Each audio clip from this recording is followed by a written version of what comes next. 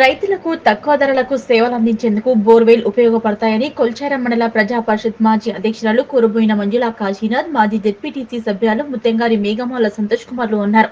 మెదక్ జిల్లాలోని మండల కేంద్రమైన కొల్చారంలో శుక్రవారం భవానీ బోర్వెల్స్ కార్యాలయాన్ని వారు ప్రారంభించారు.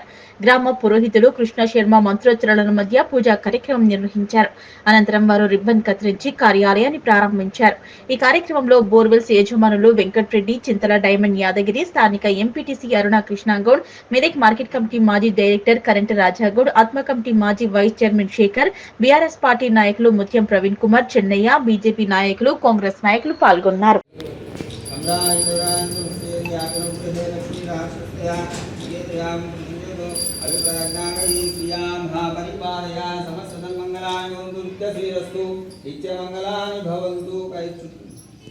చేతితో నుంచి రిబ్బన్ కట్ చేస్తారు, కుడికాయలు పెట్టుకోవాలి.